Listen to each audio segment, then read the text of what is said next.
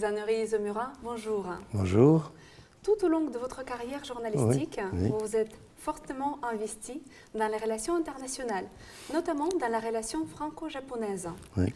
Le président Jacques Chirac vous a nommé membre du Haut Conseil de la francophonie. Oui. Vous avez été président de la Maison de la culture du Japon à Paris. Tout à fait. Quel est le rôle de la France dans le monde globalisé actuel Oui. et quelle place y occupe-t-elle? C'est une bonne question, mais avant toute chose, mademoiselle, je voudrais présenter toute ma condoléance pour le peuple français, parce que au Japon aussi, ce drame qui s'est survenu, vous savez, à Paris, il y a déjà 6 jours, nous choque. Et donc, je voudrais présenter tout d'abord ma tristesse. Eh bien, ceci étant dit, dans le monde globalisé, mais vous voyez, au Japon, la France est considérée comme une grande puissance culturelle. Et il y a un sondage selon lequel 98% des Japonais considèrent que la France, c'est la culture, c'est la grande puissance culturelle. Il y a un bon côté de cela, mais aussi, le revers de la médaille, c'est que cette grandeur culturelle occulte les autres aspects de la France. Et très peu de gens connaissent que, quand même, c'est la France, c'est un pays très innovatrice, il y a beaucoup d'innovation, il y a beaucoup de gloire aussi dans ce domaine de la science naturelle, beaucoup de prix Nobel et tout cela. Et donc, ce que la France occupe dans ce monde globalisé, d'abord, c'est la culture, mais quand même, il faut que les autres connaissent la grandeur aussi de l'innovation française, et aussi le cerveau. Pourquoi pas de dire à l'école polytechnique, c'est le cerveau qui vraiment dirige le monde. J'ai lu récemment qu'au City de Londres, vous savez, c'est comme Wall Street, le City de Londres, ils recrutent les diplômés d'école polytechnique en donnant un salaire fabuleux. Donc, ils apprécient aussi ce côté de d'X. Voilà. Bien sûr. Alors, vous êtes venu aujourd'hui à l'école polytechnique pour donner une conférence sur la vision de la guerre, respectivement au Japon et en France. Oui. Naturellement, les mentalités des gens concernant la guerre est assez différent. Parce que le Japon est un pays un peu particulier. Si vous voyez la géographie, l'archipel japonais est entouré par la mer de tous les côtés, n'est-ce pas? Et cela prouve que même l'invasion de Mongols n'a pas réussi à envahir notre pays. Nous n'avions pas su la défaite de la guerre jusqu'à la défaite de la Deuxième Guerre mondiale. Cela dit cela dit aussi à la modernisation du Japon. C'était un peu une victoire prématurée, mais nous avons eu une victoire contre la Chine et aussi contre la Russie. C'était la première fois qu'un peuple de couleur a apporté la victoire contre un peuple de race blanche. Et donc, dans tous les restes du pays, surtout dans les pays émergents, on parle encore aujourd'hui cette gloire de la guerre russo-japonaise. C'est pour vous dire que les peuples normaux a été un peu, avait tendance de surestimer le potentiel militaire du Japon. Et cela, le revers de la médaille, c'est que lorsqu'il y a une défaite de la guerre, tout le monde a été un peu choqué et aussi l'ironie de l'histoire, c'est que les forces d'occupation américaines, c'était une force d'occupation très bienveillante. Ils n'étaient pas du tout méchantes vis-à-vis du peuple japonais. Ils ont même imposé une loi constitutionnelle qui interdisait de faire la guerre, interdisait d'avoir l'armée. Autrement dit, les descendants de samouraïs que nous sommes a subi une sorte de lavage de cerveau et tout le peuple sont devenus maintenant allergiques à la guerre. Et avec cette constitution-là, nous avons été un peu trop, comment dirais-je, penchés vers le pacifisme total. Lorsqu'il y avait la guerre du Vietnam, par exemple, le slogan de manifestation, c'était que mieux vaut être rouge que mourir. Ce genre de... Il y a le contraire. Donc, pendant la guerre, nous étions fanatiques de guerre, nous avions surestimé notre capacité militaire, et après la défaite de la guerre, nous sommes devenus Quakers, nous sommes devenus pacifistes. Alors, naturellement, la conjoncture stratégique change, et nous avons d'abord le premier tournant pour ce pacifisme, c'était la guerre de la Corée.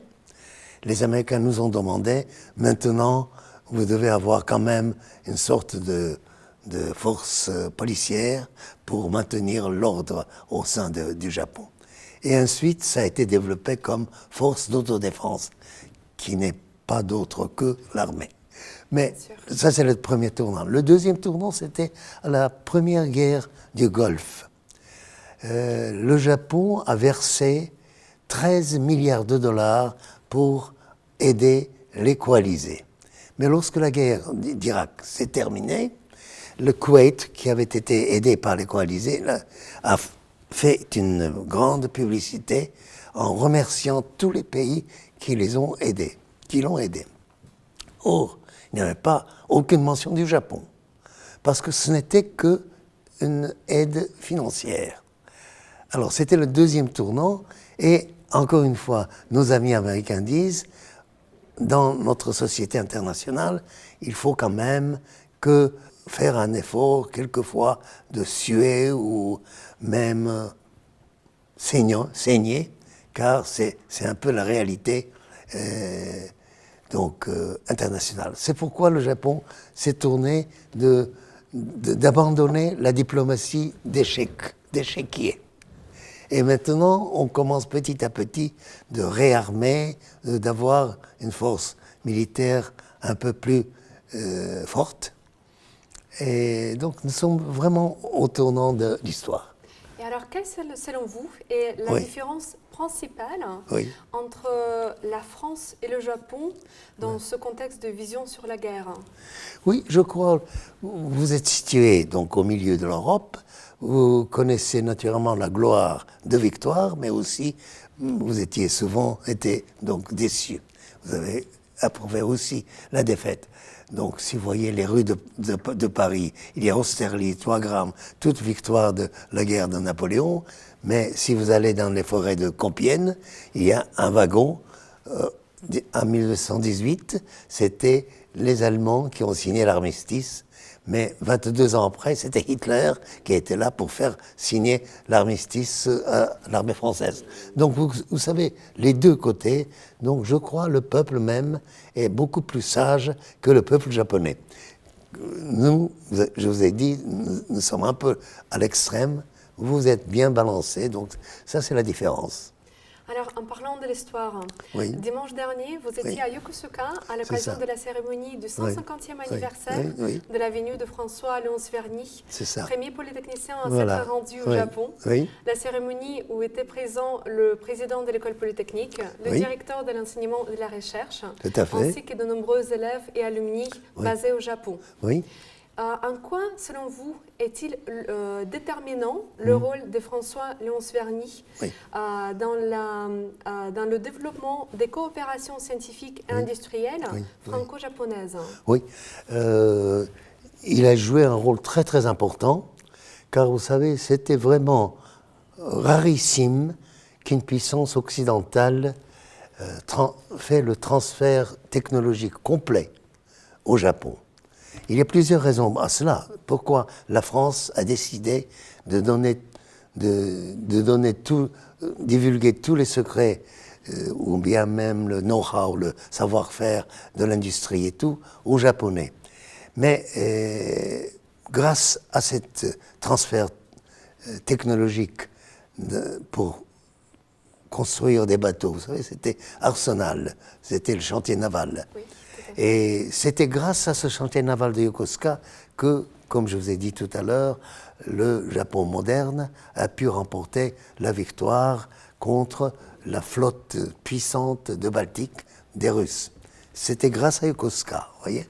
Donc, ce transfert technologique, ce qui est aussi le génie de l'ingénieur Léonce Verny, c'est que non seulement il nous a enseigné, il nous a laissé les matériels nécessaires pour avoir une bonne industrie, pour avoir un bon arsenal, mais aussi il n'a épargné aucun effort de nous enseigner aussi le software, le logiciel.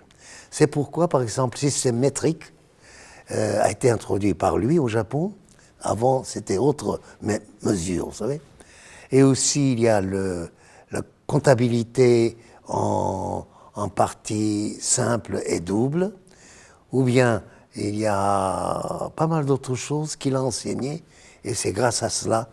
Mais encore plus merveilleux, c'est qu'il a créé 2 écoles pour former des ingénieurs japonais, et comme en copiant un peu ce qu'il a appris à l'école polytechnique. Donc c'était une petite polytechnique japonaise est déjà née. Là-bas, il y a même pas mal de polytechniciens qui sont sortis, d'abord qui ont fait leurs études à Yokosuka ou à Yokohama et sont venus pour compléter à l'école polytechnique après, n'est-ce pas? Donc il a fait aussi dans ce domaine. Donc tout ce qu'il a fait, c'est vraiment considérable, que nous sommes tout à fait, nous remercions de tout cœur. Il y avait les descendants d'ingénieur Léonce Verny qui est venu assister à cette cérémonie à côté du président Biot et tout cela. Et du côté japonais, pour démontrer notre remerciement, c'est tout à fait rare, mais un membre de la famille de la maison impériale, son Altesse impériale princesse Takamado est venue, car son arrière-grand-père est un des premiers polytechniciens japonais. C'est pourquoi il est venu saluer ce grand ingénieur qui a été vraiment nous a inspiré que le Japon doit se moderniser. Je vous remercie, Monsieur Izumura.